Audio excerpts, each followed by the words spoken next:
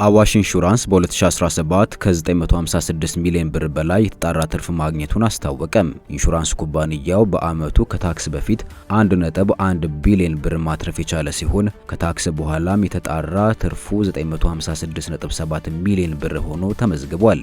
ኩባንያው በ2017 ያስመዘገበው ይኸው የትርፍ መጠን ከግል የኢንሹራንስ ኩባንያዎች ሁሉ የላቀ እንደሆነም በመግለጫው አስታውቋል። ይኸው የትርፍ መጠን አዋሽ ኢንሹራንስ በ2016 ካስመዘገበው የ27 በመቶ ብልጫ እንዳለውም ተነግሯል። ኩባንያው ካፒታሉ 4 ቢሊዮን ብር ሲሆን የራሱን አዲስ ዋና መስሪያ ቤት እየሰራ እንደሚገኝም ተገልጿል።